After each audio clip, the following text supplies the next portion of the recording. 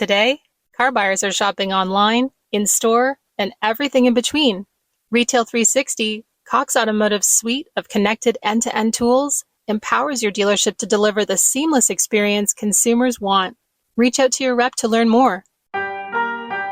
Welcome to Daily Drive for Tuesday, August 5th, 2025. I'm Jake Neer in Detroit, in for Kellen Walker. Today on the show, Mazda blames tariffs for its quarterly loss, Volvo's global sales tumble, and Rivian sues Ohio over its direct sales ban that exempts Tesla. Plus, several automakers are ditching or pulling back plans for hydrogen vehicles. Our own Jerry Hirsch talks about why and whether the technology still could have a future for passenger vehicles. As in many things, if you have a business case, it will develop. Let's run through all the news you need to know to keep up in the auto industry.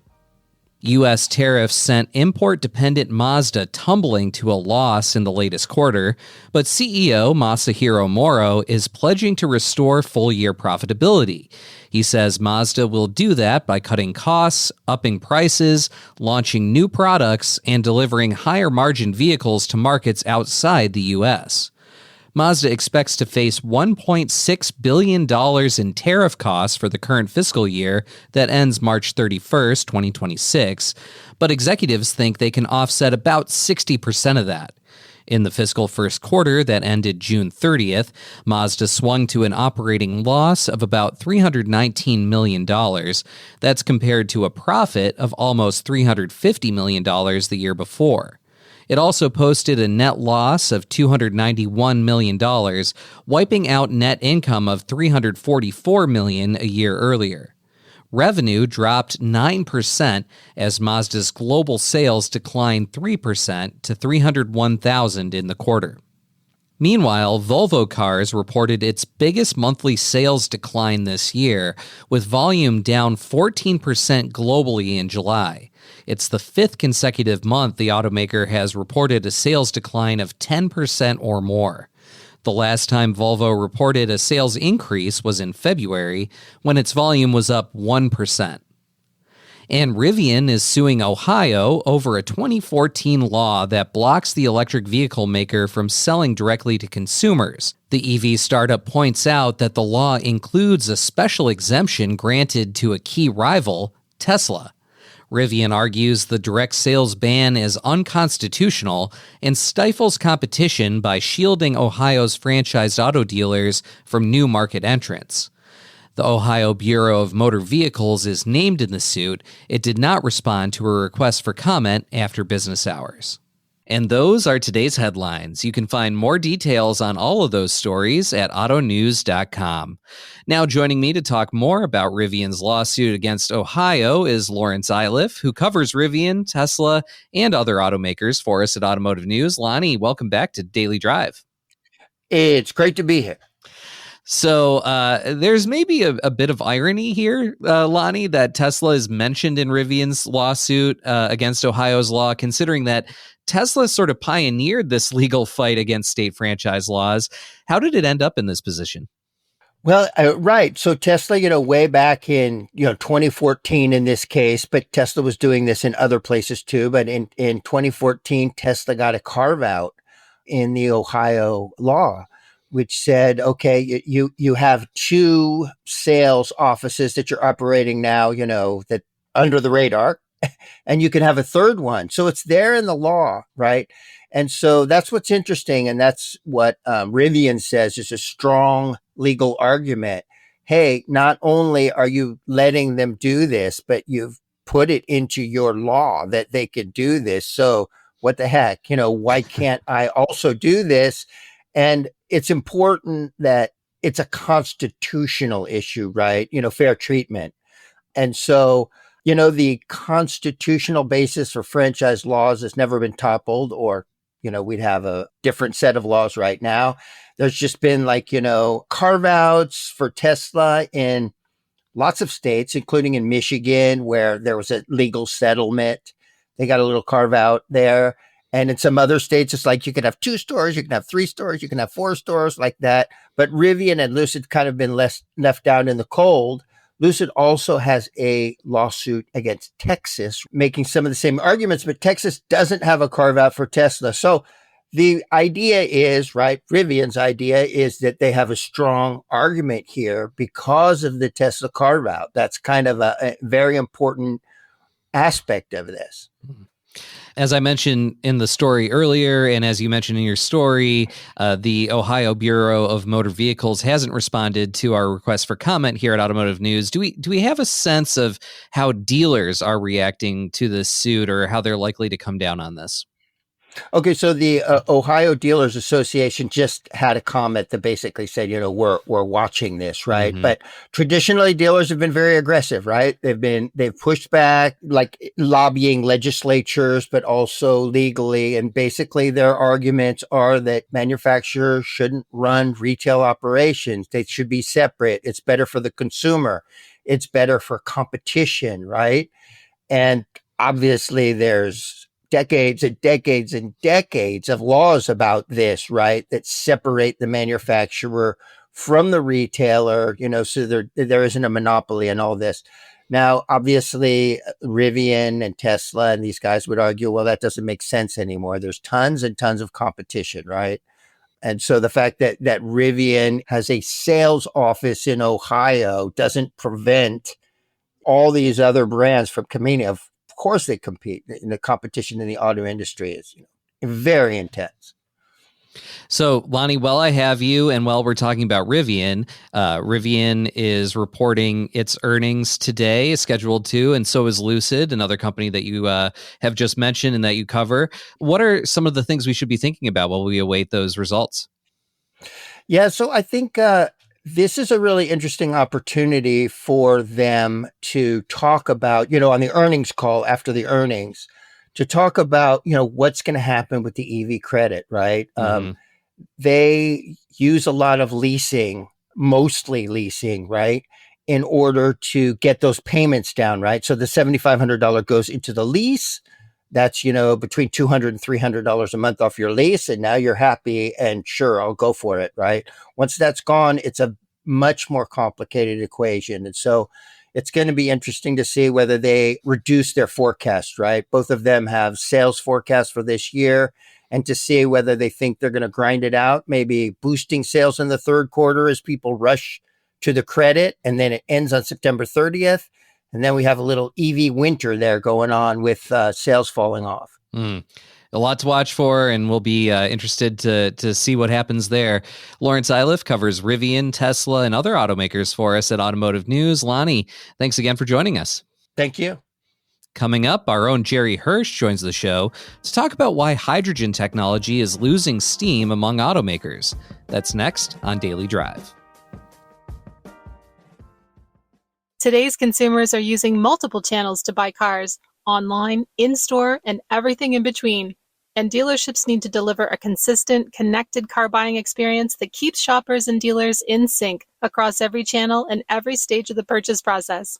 Retail 360, Cox Automotive's suite of connected end-to-end tools empowers your dealership to deliver the seamless experience consumers want. With industry-leading solutions and consumer sites, Cox Automotive connects and enables shopping and buying across all channels. Consider a typical buying process. A consumer might shop for cars on AutoTrader or on a dealership's dealer.com website. At the same time, they might research the value of their trade-in on Kelley Blue Book. Whatever they're doing, your sales team will see that they're actively in market through VIN Solutions. When they arrive in your showroom, you can use DealerTrack to build a deal and secure financing options. B-Auto will help you price their trade-in correctly, and after they drive off the lot, you can use X-Time to keep them coming back as a lifelong service customer. Along the way, you'll get the industry's most powerful predictive insights that aggregate data from 7 out of 10 in-market shoppers and AI-led automation that puts repetitive tasks on cruise control. Reach out to your Cox Automotive rep today to learn how you can meet today's high consumer expectations to deliver a more satisfying car buying experience with Retail 360. Welcome back to Daily Drive. I'm Jake Neer. Development of light vehicles powered by hydrogen fuel cells continues to shift into reverse. That's as automakers redirect funds to investments that have quicker returns and suppliers exit the business. Our own Molly Boygan recently spoke about this trend with Automotive News senior technology and innovation editor Jerry Hirsch, who wrote about it on our website and in this week's print edition. Here's their conversation. Tell us a little bit about the story that published last week. What is happening with automaker investments in hydrogen fuel cell vehicles? The top line is that many are pulling back. This is a market that just isn't developing. The battery electric vehicle growth has far outstripped hydrogen fuel cell cars in terms of infrastructure, in terms of sales, in terms of consumer interest. And so many automakers, Stellantis, Renault, Honda, and others are just saying, okay, we have so much on our plate right now between tariffs, between autonomous driving, between electrification and battery development, that we're just not going to go down this road at this point. Maybe sometime in the future, this is going to be a good transportation technology, but we don't see it as productive for the light vehicle market at this point. And for the automakers who have sort of held on to the promise of hydrogen fuel cell vehicles, how are they trying to make this work amid, as you said, so much regulatory uncertainty, expense, and the other headwinds that hydrogen fuel cell vehicles face? Well, the two leaders in this area are Toyota and Hyundai. They've really pushed it, and I think it comes out of a perspective that these are based in countries that don't have oil resources. And so going back many years, they said, how can we be energy independent for transportation? And if you have sun and you have water, you have the ability to make a lot of hydrogen if you make the huge investment. So both Toyota and Honda developed light vehicles. The Nexo is Hyundai's and the Mirai is Toyota's. And they've really pushed forward with this, but they're not, the sales are minimal. Between the two, there's maybe been 70,000 sales in a decade. And they're mostly limited to California and in some areas of their home countries where there is fueling.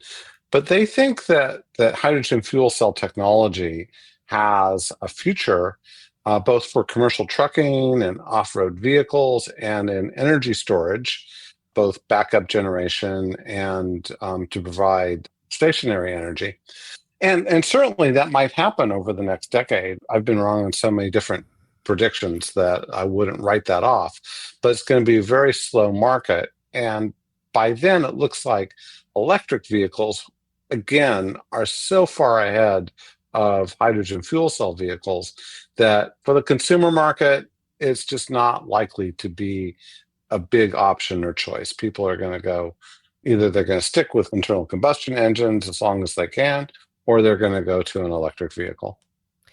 Why is the commercial market, and as you said, heavy duty and energy generation, why does that remain an apparently more viable market for hydrogen power?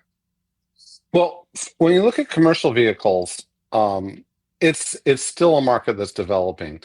That there are millions and millions of electric vehicles sold to consumers every year.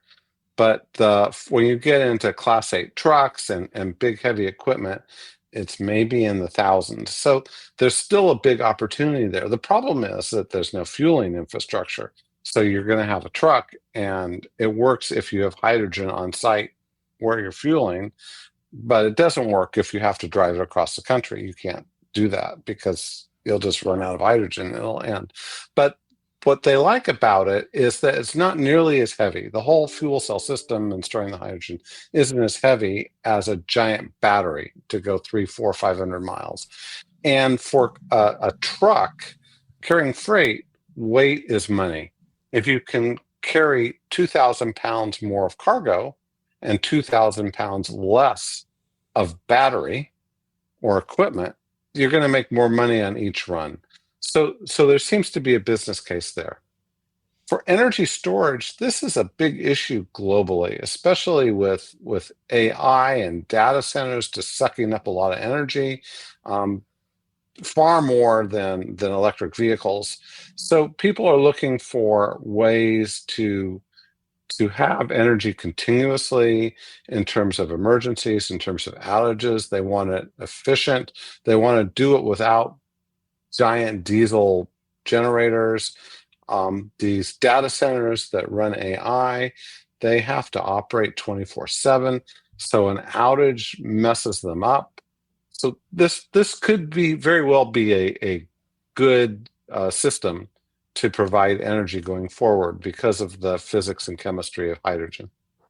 Yeah, and it was very interesting in your piece that I was sort of expecting, oh yes, the pass car side has a sort of shrinking viability perhaps for hydrogen fuel cell vehicles, and then the narrative that I was always told was, yeah, but for long haul trucking it's a great solution because, as you say, the weight issue because of the fueling time is much shorter than battery electric vehicles. But you highlighted in the piece there have been several commercial vehicle company bankruptcies in hydrogen fuel cell. The fuel is still really expensive. So I guess I wonder, I know you said it's going to take a long time, but how does hydrogen sort of gain or seize that chemistry advantage? Well, there are still, interestingly, the big, beautiful tax bill maintained some of the subsidies and incentives to develop a hydrogen infrastructure. We'll see how that actually goes in the United States. And other nations are still doing some investment. So this is just not dead. It's just very slow. And with each year, it falls behind. But as in many things, if you have a business case, it will develop. And people see that could still be a business case, certainly in energy storage and in long haul trucking. But really, it's going to take industrial policy on the part of multiple nations to get this up and running. There are still countries looking to decarbonize, so that money may be there. It just takes time, and we'll have to see. I talked to Bill Elrick, who heads the Fuel Cell Partnership, the trade group here in the US, and he says their timeline really looks at 2030. So, let's come back in 5 years and see how things are developing. Sounds like a plan. I look forward to it. That's Daily Drive for today. I'm Jake Neer, in for Kellen Walker. Thanks to automotive news journalists Lawrence Iliff and Hans Greimel for their reporting for today's podcast. We also had reporting from Douglas Bolduc of our sibling publication, Automotive News Europe. You can get the latest news on tech and innovation, earnings results, and everything happening in the auto industry at autonews.com. Come back tomorrow for a conversation with Shay Burns of Alex Partners about the 6 automakers still stuck with California emission standards despite President Donald Trump's environmental policy changes. I think they're going to be looking at when are the next potential inflection points, potentially changes in administration, those sorts of things as to when they might need to make decisions and place their bets with their product development dollars. We'd love to hear from you. Let us know what you think of the show and the topics we covered today. Send us an email at dailydrive@autonews.com or leave us a voicemail at 313-444-2774. And if you enjoy the podcast, remember to like, leave a review, and subscribe so you never miss an episode.